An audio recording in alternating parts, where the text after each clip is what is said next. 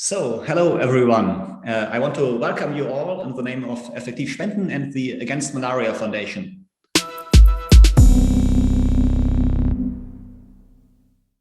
My name is Sebastian Schwieker and I'm the founder and CEO of Effektiv Spenden.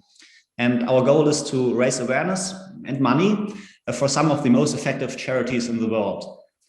One of those organizations is the Against Malaria Foundation, or just AMF.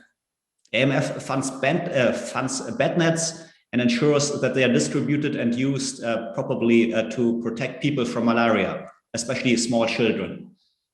Since its foundation in 2004, AMF has raised almost $350 million and has distributed around 165 million bed nets. And according to the best estimates we can find, that means that probably more than 100,000 lives have been saved.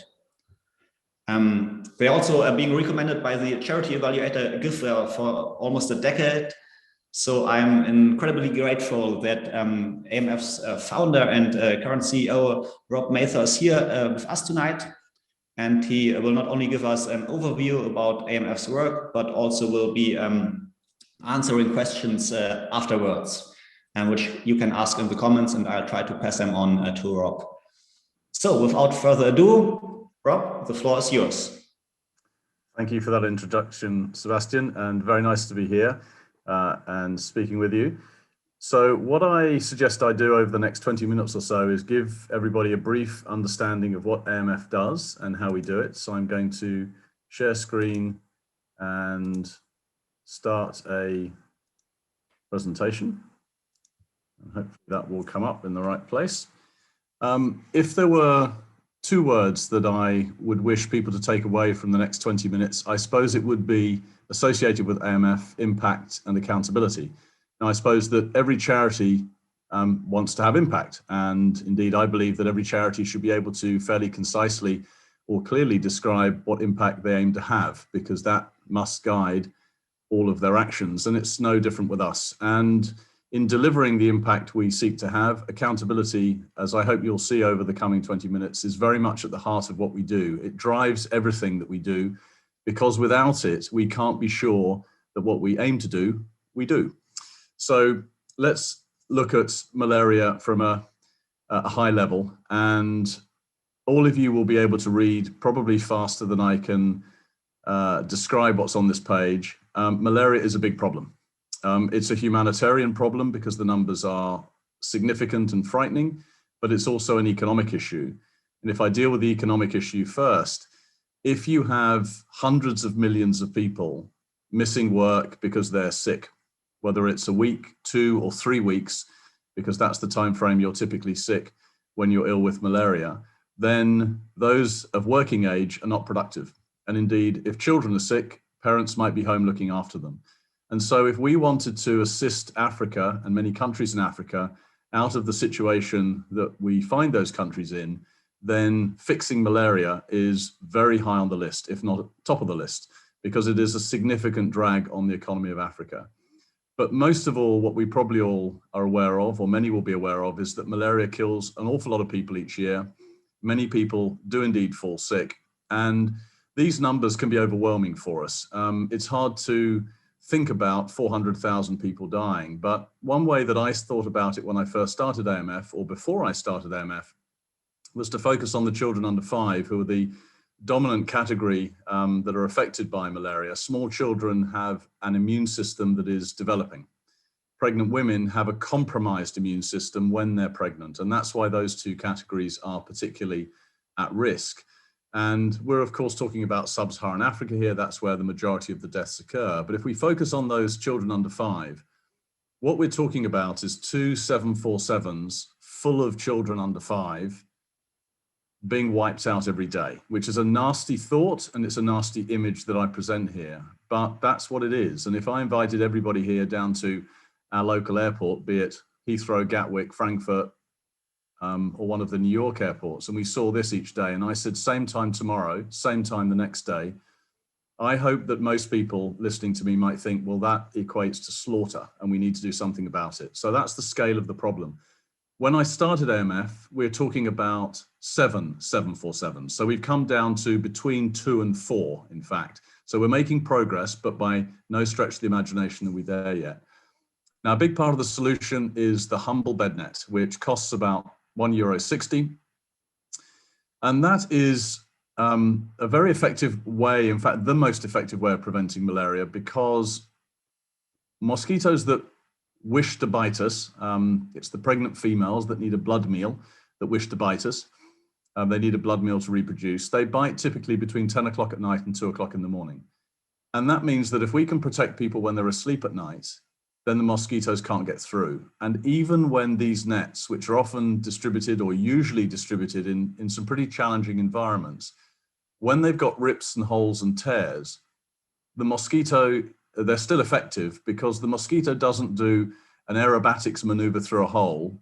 It lands on the net and then migrates, walks on the net to the hole, and in doing so picks up insecticide, and that causes knockdown, in other words, or leads to the mosquito being killed. So these nets, they cost about $2 each, as I mentioned, €1.60, protect 2 people when they sleep at night, and they are incredibly effective, and they last for 2.5 to 3 years.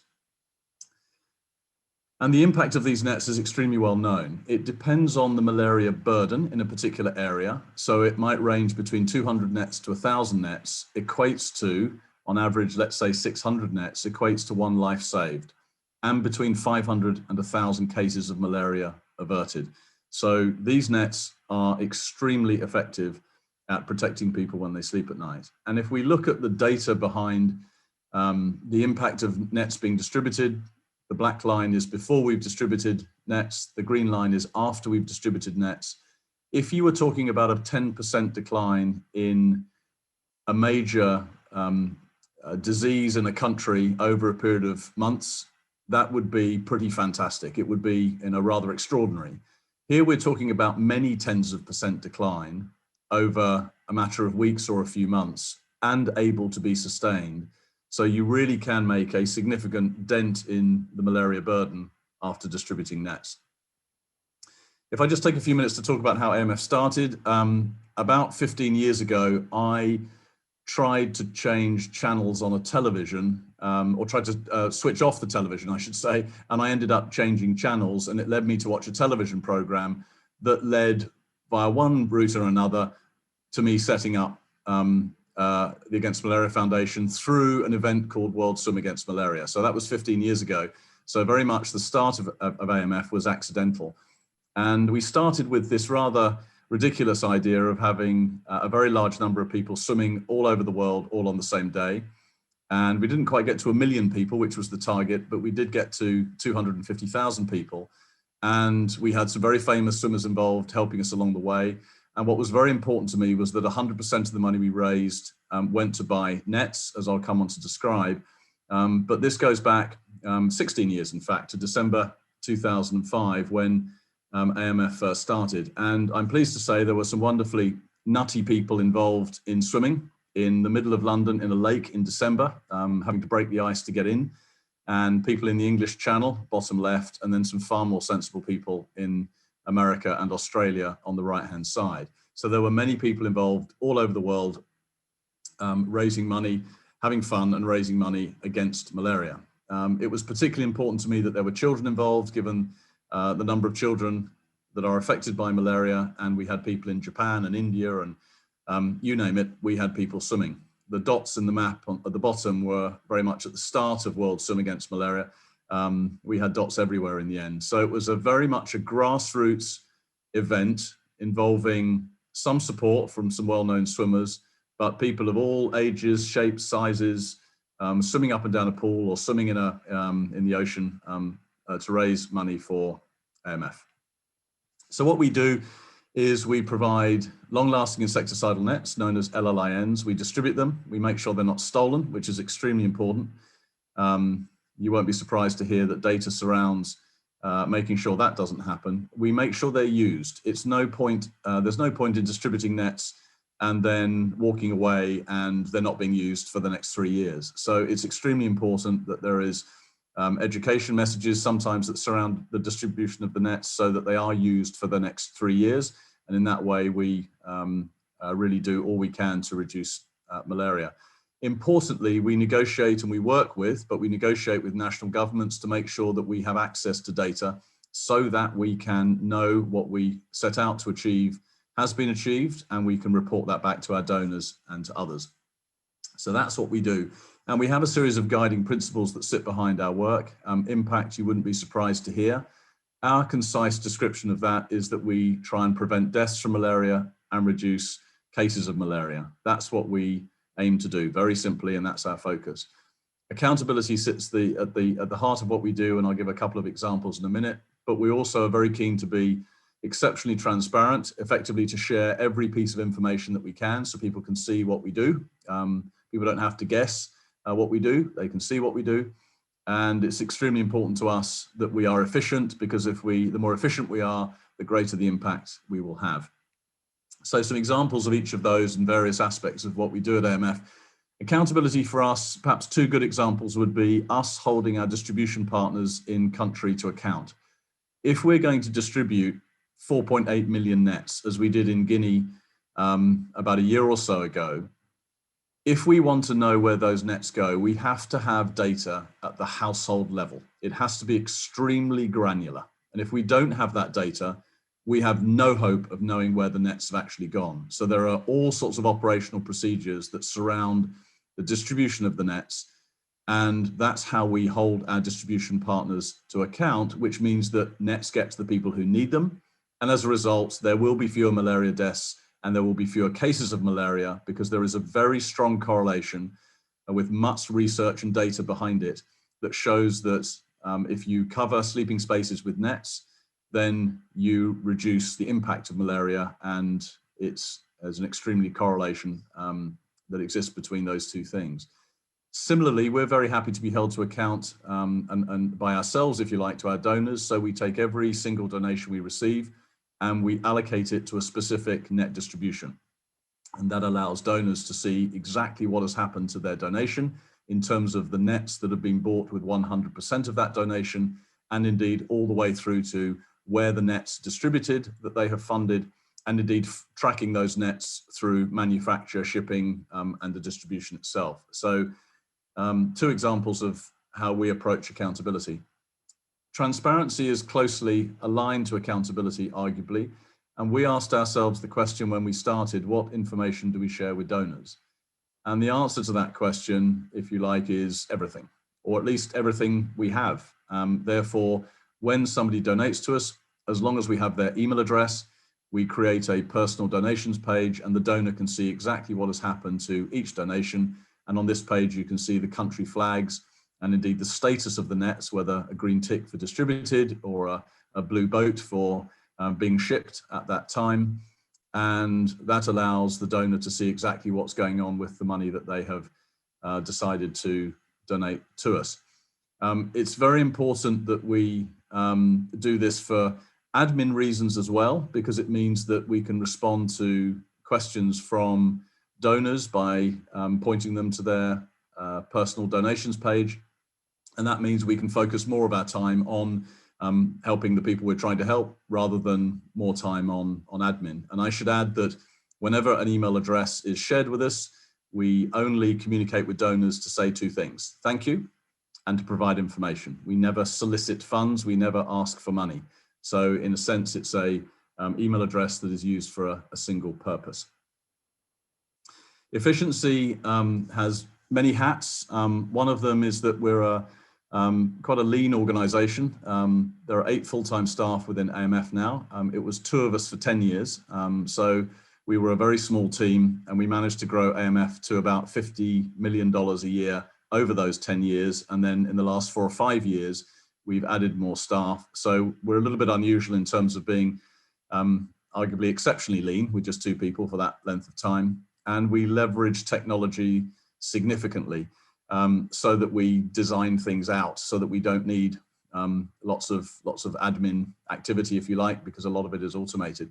But when I first started, I approached a series of organizations and said, a little bit more politely than I'm about to describe it, please will you help me, but I'm not going to pay you, because you don't need $5 more than a couple of children in Africa need a bed net. Now, it was a little bit more polite than that, not a lot more, but I'm pleased to say that Citigroup and PwC, Microsoft, and because we started with a swim, Speedo, were all fantastic and said, we'll help. I guess that's because it doesn't matter how senior somebody is in an organization. It was the presidents of those organizations I typically spoke to.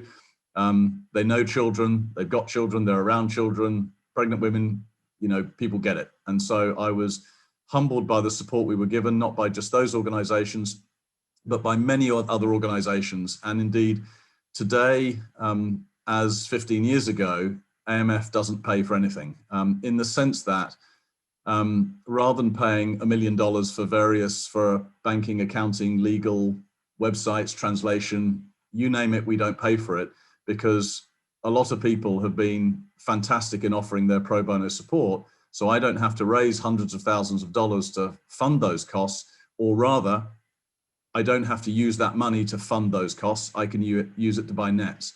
And if you think that $1 million to us will buy 500,000 nets and protect 1 million people, the support of those partners has a massive impact on, you know, who we can assist each year. And remember, these will be annual amounts we'll be paying out. As a result, we have very low overheads because of the design of what we do, the automated nature of what we do, and the support from a series of organizations. And this financial year, our administrative costs will be around 0.6% of our revenue. So that means that 99.4% of the money that's donated to us, you know, hit the front line, as I call it. In other words, you know, is put to work in, you know, supporting, you know, nets being distributed and nets themselves. We work with co-funding partners, so we typically fund the nets, and then other organizations we work with fund the non-net costs. So that's the shipping, the distribution in country. We work very closely together. And we also work with distribution partners, typically governments, because you need to have thousands of people mobilized to organize a campaign of millions of nets across an entire country. So that's our structure at AMF, very lean. We use technology significantly. Our efficiency, in some ways, this is a very dry slide, not a very exciting one in some ways. In another way, it's extremely important to us. Sometimes they're not very exciting to be quite important. We used to have help from PricewaterhouseCoopers, the professional services firm, and they would have 3 people spend 4 weeks doing our accounts. And that required to be done because we had to file, as we do, accounts in 12 countries where we're a registered charity, in the UK, America, Germany, Australia, Canada, etc. What we've done is we've automated that entire system, which means that we can produce our accounts across 12 countries and all the supporting documents in about 9 hours at the end, 9 hours after the end of our financial year. So our financial year is the 30th of June. We can produce these documents on the 1st of July, and it's 9 hours, as I sometimes say, because I'm asleep for 7 of them, but I get up at 7 in the morning and finish off the commentary, and then we're done within a couple of hours. Now that is important for us because it means that we become very efficient as a team. We get all of that admin work that can take weeks and weeks and weeks done in a matter of hours, and we can focus on net projects and getting nets out. It also means that we can, and this screenshot I took from the website just a few minutes ago, we can share with people our real-time numbers, if you like, our revenues, how much we're spending. And we hope that we've certainly heard that tends to add to the confidence people have in us because we're being extremely transparent. So in fact, sometimes my dilemma is this a slide about transparency or efficiency? Perhaps these things are all very closely interlinked. So what do we actually do in African countries? Well, in the countries we work in, we distribute nets in the millions now. Here's an example of one district in Malawi where we distributed more than 250,000 nets to protect more than 500,000 people. And the key thing about the work we do is that we do a number of things to make sure, as I mentioned before, that what we say we do will happen. So we work with our partners to go to every single household that's going to receive a net and establish exactly how many people and/or sleeping spaces and therefore how many nets they need. We check that data. So when data collectors go to, let's say, 100% of the households in an area, we have another set of data collectors that go to 5% of those households, chosen at random, to collect a second set of data, which we then compare. And importantly, we tell the first set of data collectors, we're going to do it before they've done their work. So it focuses, hopefully, and encourages the data collectors to be extremely accurate in the data they collect. And that's one way we ensure the data that is collected is accurate. We also then double register some villages, which means that we're checking up again on individual villages, not in the sense of trying to catch people out, but very much a collaboration between all of the partners we work with to make sure we've all got the evidence that says the data's good, because we're distributing, remember, millions of dollars worth of nets at any one time. And we want to make sure that we're being really accurate, effective, efficient in the work that we do. We then monitor the use of those nets over the next 3 years at 9-month intervals so that we can understand what the coverage level is like over time. It declines because these nets do wear out. Some stay in perfect working order, if you like, for 7 years, but others don't. And therefore we want to know overall what the coverage level is over time. We don't want to ignore that and feel it's 100% and it's terrific. We want the data to tell us what's happening, because when we know what's happening, we can then share with others information that can drive other interventions. So this is part of a data set from one post-distribution monitoring activity where we've gone to 37 health center catchment areas.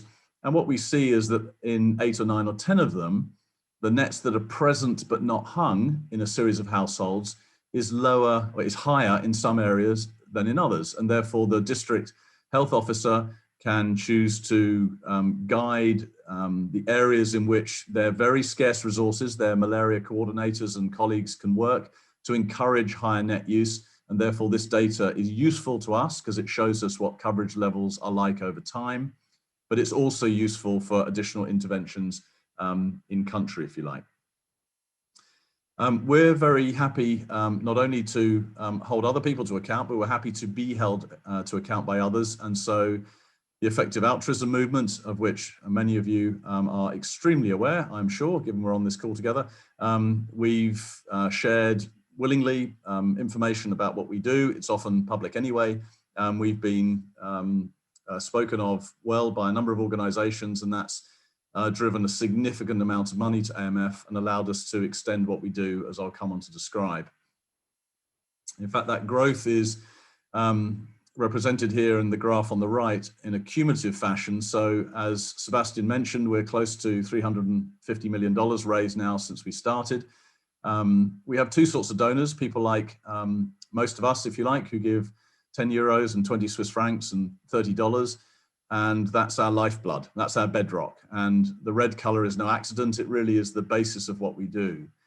And then on top of that, every now and again, we have an extraordinary punch the air moment when we have some very large donations coming in of $1 million or many millions of dollars. And obviously we can do an awful lot with millions of dollars. It supplements the other donations that come in. And if you think about the balance between those two types of donor, we had 106,000 donations last year, of which 105,980 were in the top category and 20 were in the bottom category. So you can see how important all of us giving $2, $5 are, or is, because if we didn't have that, that bedrock wouldn't be there. And as I'm often at pains to point out, no donation is too small, because we have a significant funding gap, and it means that every $2 that comes in buys a net, protects 2 people, and gets put to work. In fact, these days, instantly. So as soon as money comes in, it's allocated. We don't hang around with it, if you like. It's put to work in that sense straight away.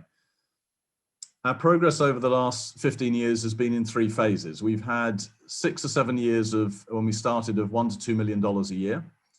We then went through a period that more or less coincided with the effective altruism movement starting, and us being contacted initially by GiveWell and the team at GiveWell, who wants to find out more about what we did. And we increased our revenues in part through their support to about $15 million, $14 million. And then in the last 5 years, we've been raising tens of millions of dollars a year And this year has been particularly strong in comparison to those prior years. And we've just gone through $100 million raised in a single year.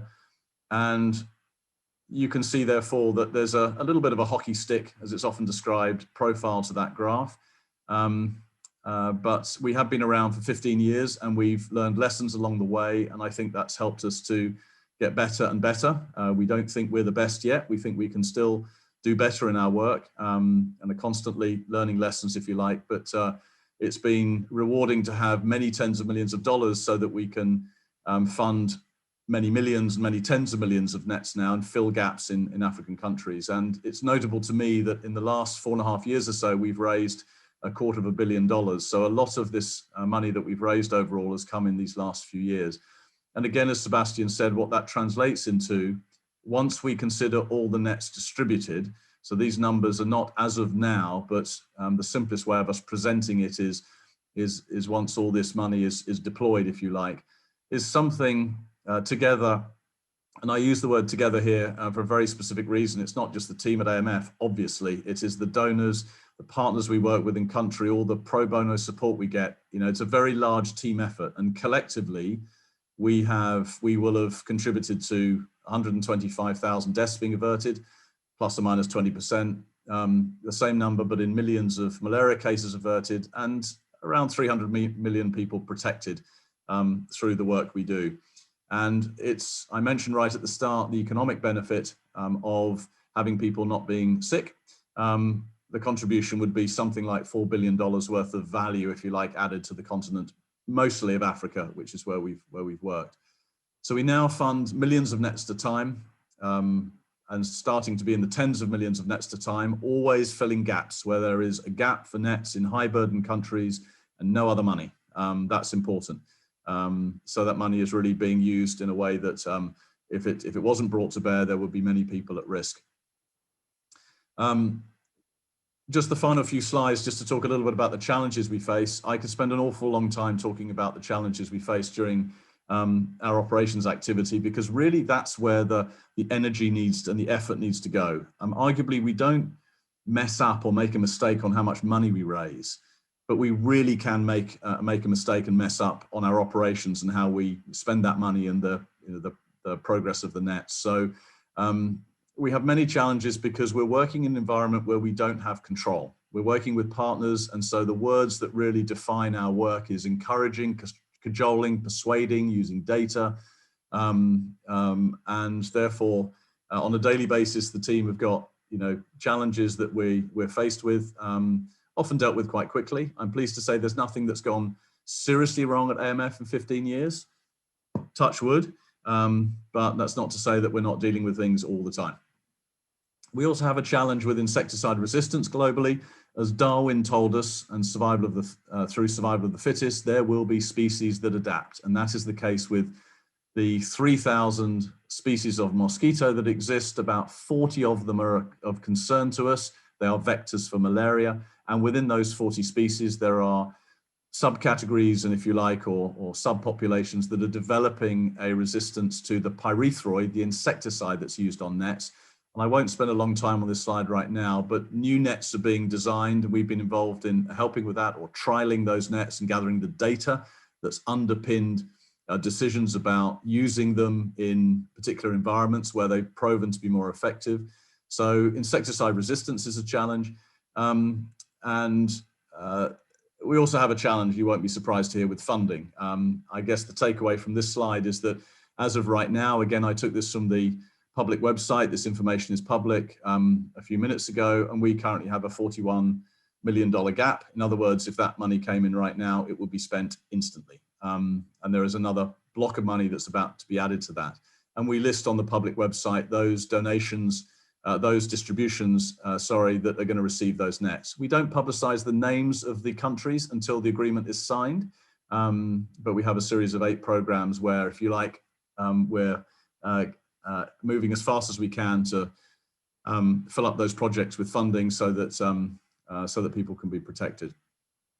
Those opportunities, that funding gap also leads, if you like, to an opportunity, because there is an opportunity to help in many African countries to the tune of a few million to tens of millions of nets. And typically at AMF, we're looking over a 3-year time frame, because remember, net distributions across a country, they take 12, 18, 24 months and more sometimes to plan. Major logistical exercises. It's not a question of money is gathered and the net's distributed a few months later.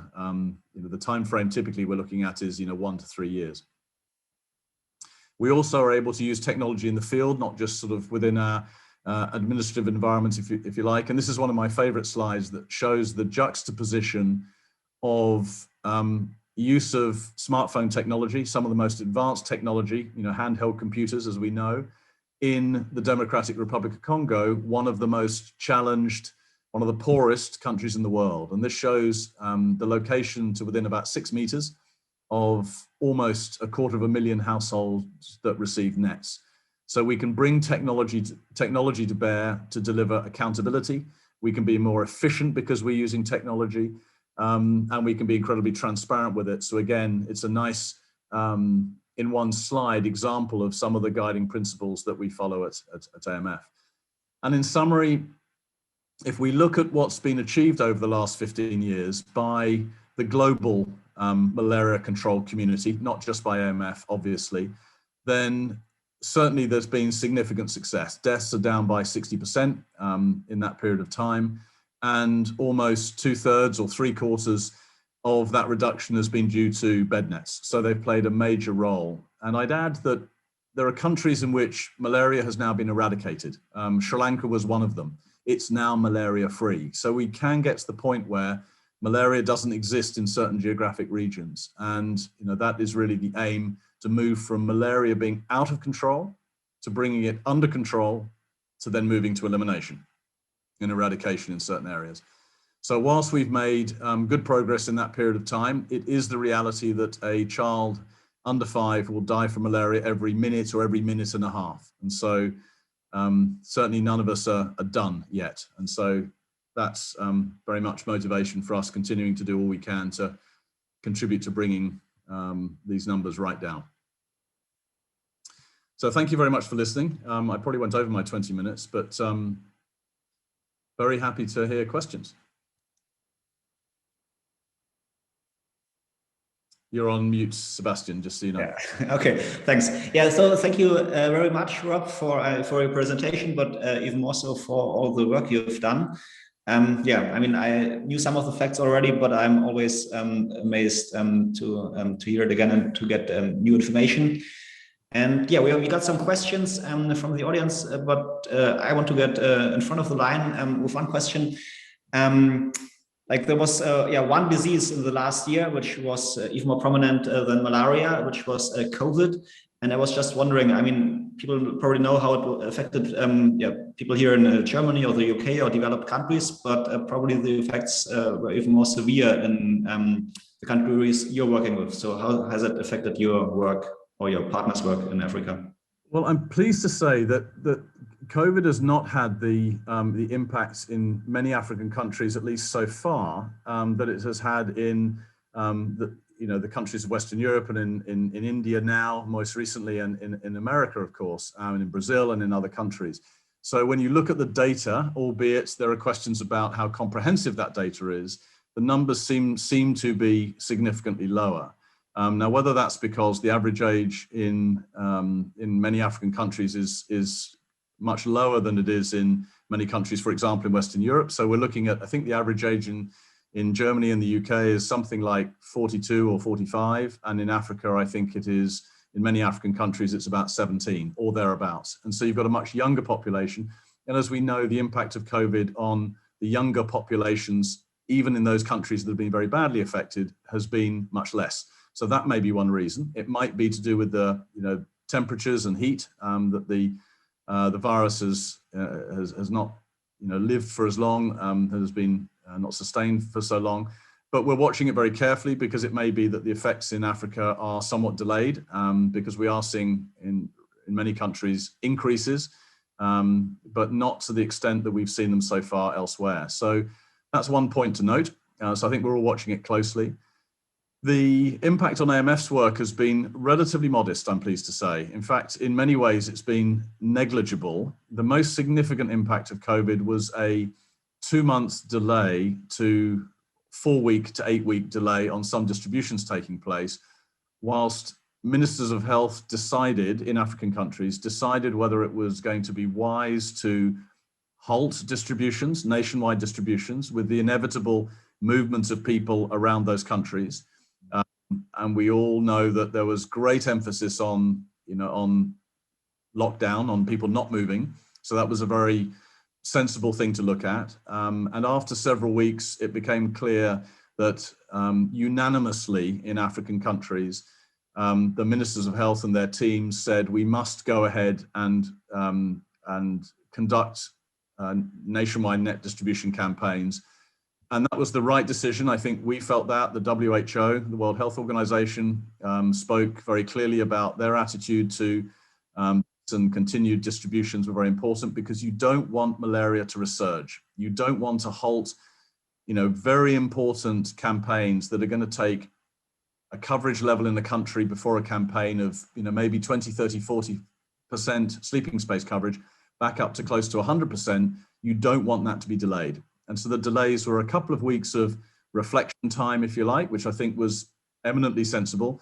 And then 2 to 6 weeks of delay for PPE, masks and gloves and so on to arrive in country, which are part of the mitigating impact of adjusting operations to reduce transmission. We had to adjust our operations a little bit. So rather than a separated registration phase and a distribution phase, we had a contemporaneous registration and distribution phase to limit the number of times households were visited or people mixed, and 1 or 2 other minor changes. But largely our work has gone unaffected, and at a central level, if you like, because AMF's team operate remotely. We don't have any offices at AMF anywhere in the world, so we all work from home broadly.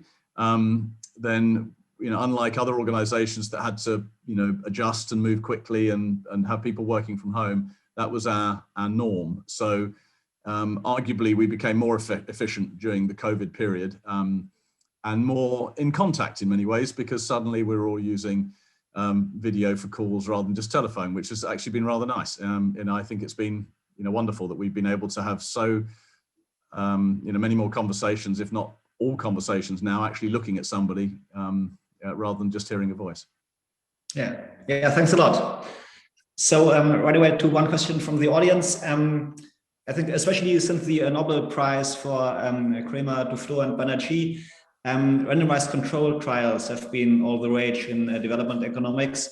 And so our audience wants to know if you are working with RCTs, randomized control studies as well in your work. Yes and no. I mentioned in passing the insecticide resistance issue, and we worked with we were part of a randomized control trial or funded a randomized control trial that involved us agreeing to distribute 6 million PBO nets. PBO stands for piperonyl butoxide and is the chemical that is added to the net as a synergist, in other words, an additional chemical. And its role is that when it is picked up by the mosquito, it effectively switches off the resistance mechanism inside it. And then the pyrethroid, the insecticide that's on the net, works. And so we agreed to fund a very large number of nets such that we could generate a very significant number of clusters. Those of a statistical bent will understand that a large number of clusters when you're doing statistical work means you have a high power, high level of confidence in the data that is then generated or comes in. And we funded the incremental cost effectively, because those 6 million nets were more expensive than the nets we would have otherwise distributed. The new type of net, the PBO net as we call it, was certainly going to be no less good. It was going to be as good, if not better. So there was no sort of ethical issue there.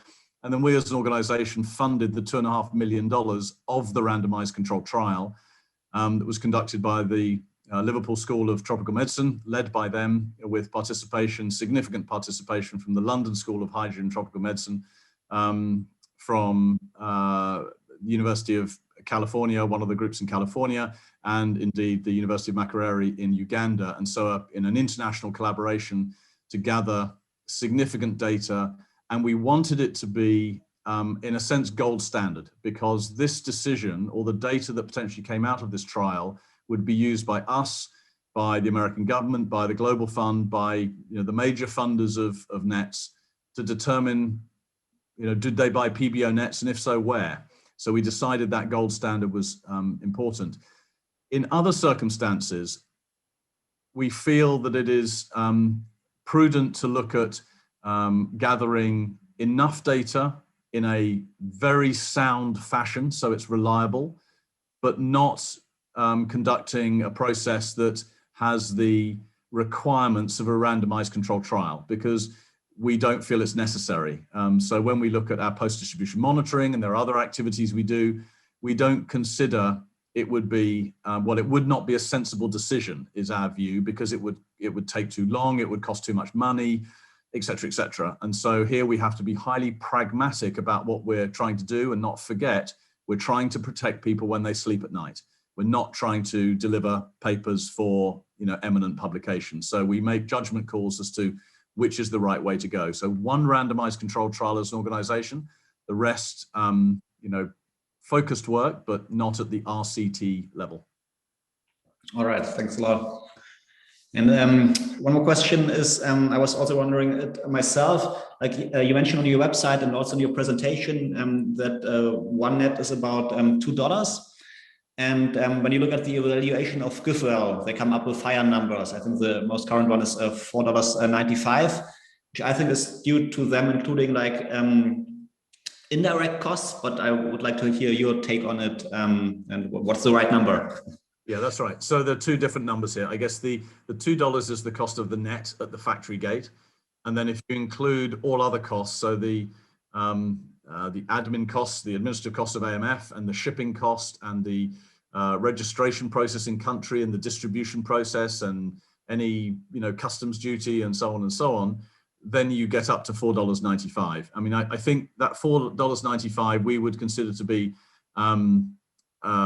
a little bit heavy, probably. It does depend on the country. So costs are higher for distributing nets in the Democratic Republic of Congo than they are in Guinea or Malawi, because the nature of the infrastructure and the cost of living effectively is different.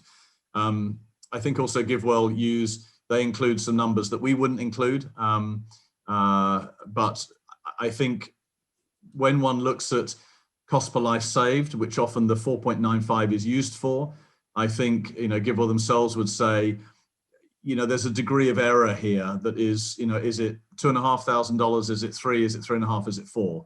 And probably it's, it's plus or minus 20%. And so any differences we might have of $4.95, we think it might be lower. Probably not a good use of our time to, to necessarily point that out more than once. We move on. But yeah, I think those are, I think broadly speaking, you can say $2 for a net, and between $1.30 and $2.50 for all the other costs. So you're probably looking, let's keep it simple and say $2 for a net and $2 for all the other costs. So $4 for a delivered net. All right, thanks. One more question. Recently, there were some reports about a possible breakthrough with regards to a vaccination against malaria. There was also like ongoing talk about like gene drives or some modifying the genetics of mosquitoes so they're less fertile or less harmful to humans. What is your take on it or your expectation? I mean, will you be out of work soon, or how optimistic are you in this regard? I'd like to be out of work very soon, because if I didn't think that, then I'd be a very strange human being, because that would say that I wanted a lot of more people to die and fall sick from malaria.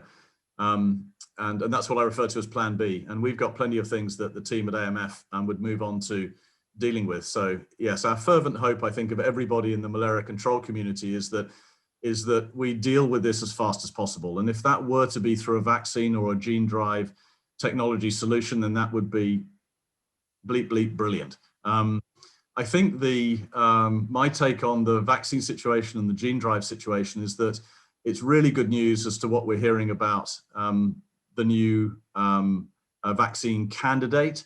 I mean, it's at phase 2 at the moment of, for those who are not familiar, I think we could simplify the view of a vaccine process, its development and approval stages, as there are 3 meaningful stages of trials: phase 1, phase 2, phase 3. And what we've been hearing about recently is phase 2. And phase 2 is hundreds or low thousands of people. and the results are really encouraging in that we're talking about a 77% efficiency, effectiveness, if you like, efficacy rate. And that's much better, obviously, to state the obvious, than 55% or 35%. And it's above what the WHO consider a threshold of 75. Now, we are all familiar, obviously, with COVID-related vaccines where we're talking about, high 90s%, and that's ideally what you want. But, it is what it is, and 75, 77 is good enough. Now, what that vaccine has to go through is phase 3 trials, where you're talking about many thousands, if not tens of thousands of people. And hope is that it will pass through that phase with flying colors. Now, the reality is not all vaccines do. And remember, this is the first vaccine that we really are trying to come up with for a parasite. The vaccine for COVID is a virus. This is the first time we will have come up with a vaccine for a parasite, because malaria, that's what it is. There are 5 malaria parasites, broadly. And it's a very slippery creature. So we're hoping that these phase 3 trials are successful. They will take place, my understanding is, over the next 2 to 3 years. So there's going to be some time for the data to be, it's a waiting game, because they've got to go through the process of, collecting the data. That can't be done in a matter of weeks. It takes longer than that. And then there are some further hurdles to get over. And so we're looking at a number of years potentially before, if this new vaccine is successful, of it being available. And I don't know, I'm not expert enough to know whether we're talking about 4 years, 5 years, or up to 10 years. I've heard 5 years and I've heard 10 years from various people who know more about this than I do. I think we're certainly looking at a number of years away. And then what we'll have to consider is, some will be familiar with the polio vaccine. Now, the beauty of the polio vaccine, again, polio is a virus, is that you had a single dose. So there were no multiple rounds of treatment. It was permanent, as opposed to something that you'd have to take annually. And there was no cold storage logistics, which many of us have become familiar with as a phrase. It could be kept at room temperature. And so dealing with polio over the last many decades, Rotary International, many will perhaps not know that Rotary International as an organization has been an astonishing leader, if you like, in that field of bringing polio under control over the last 30, 40 years. And the Gates Foundation and others have played a role more recently. So a lot of people working on it, but it had a lot of things logistically on its side. This new vaccine, the current understanding is that it doesn't treat everybody. It's only, I don't think I'm mistaken, I think it's children under the age of 18 months. So it's remember, we're talking about under 5s are a very vulnerable group. So it maybe the indication is that it's going to be more targeted at a particular group. So it's not going to be a silver bullet, as we often call it. It's not going to be the solution by the sound of it, because it's not targeting everybody. Although maybe in the years to come, there will be tweaks and changes that can make it able to target other groups. I don't know. It is a vaccine that's requiring, I think, 2 or 3 doses a week or so apart, and then a 4th one after a year. So I think we're talking about an annual vaccination scheme as opposed to a one-off only. And I believe there are cold store logistics challenges as well. And then you've got to consider cost. Hopefully that won't be an issue. So we're not looking at African countries to have to decide whether to put their budget. So fingers crossed that we continue to hear good news about the malaria vaccine. My take at the moment is it's going to be a tool in the toolbox that could be really useful, but won't be the answer. When it comes to gene drive technology, people who know an awful lot more about this than I do say we're looking at roughly 10 years away before we've got something that might really be able to be, thought of as a serious candidate. I hope that some people might tell me that that's wrong and it's 5 years, but my understanding it's 10 years away. The analogy that was given to me that I found helpful was somebody said, finding the gene drive solution to malaria by adjusting, mosquitoes genetically, is a little bit like looking for a 6 foot by 6 foot camouflaged house underneath the Amazon rainforest canopy. And it could be anywhere in the Amazon rainforest. And when technology that some may know called CRISPR and Cas9, which are, you know, if we remember our double helix strand of DNA, in the old days, what you had to do was sort of, in a sense, metaphorically speaking, throw a hand grenade at a strand of DNA, and it would cause collateral damage. Now we have the equivalent, metaphorically speaking, of a pair of scissors, and we can go in and snip out a base pair and replace it. So we can do incredibly accurate work. And because of that technology, as somebody described it to me, the advent or the arrival of that technology, or its modern use, I think it was discovered about 30 years ago, in fact, has meant that we've stumbled across the road, or we've now come across the road in the Amazon rainforest that leads to that shack, that house. We don't know where it is. We don't know if it's, you know, if it's 10 kilometers away or 1,010 kilometers away. But the good news is we're now on the road. So I think, you know, it's only got to be promising, and let's hope that, you know, there are advances in gene drive activity such that, you know, it's fewer years ahead than 10. The one issue we might face is that, as some people have said to me, it's not necessarily going to be about the technology and being able to produce a genetically modified mosquito. It may well be that the resistance, no pun intended, is to its deployment, because we're talking about something that's genetically modified. And so I think we've got some interesting, you know, science ahead of us, and we've probably got some interesting, you know, debates ahead of us as well. All right, thanks. I think we're already way over time, but I can't resist to have one final question, if you don't mind. And that would be also from the audience, in regards to funding of your organization. You mentioned, like, you still have a huge funding gap on the tens of millions of dollars, but there's also, like, one of your major funders, the Open Philanthropy Project, like a big US foundation, which, as far as I know, is far away from running out of money. So are there, like, any ways to convince them to give even more money to you, or what's stopping them?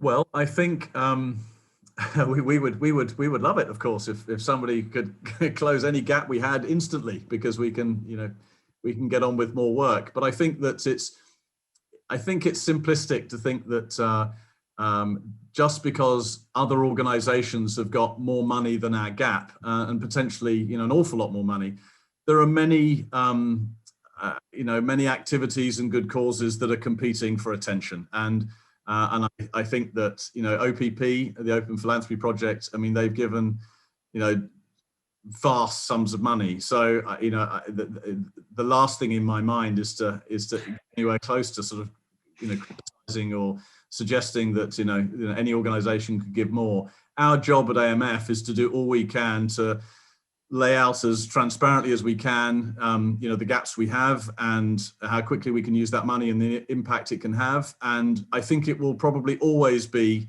the case that our support will come from a whole multiplicity of sources. You know, all of us as individuals giving, you know, sort of more ordinary, normal amounts that we can give, and then every now and again there'll be some very large donations, and you know, that's what we work hard to try and you know, put ourselves in the frame for. All right, so thanks a lot, Rob, for being so generous with your time and answering all these questions. Talking to the audience, if you got inspired, feel free to make another donation to AMF through Effektiv Spenden or through AMF's website directly. Tell your friends about this amazing opportunity to save lives. And yeah, I wish everyone a pleasant rest of the evening, and thank you for being here, and yeah, stay healthy and goodbye. Thank you very much.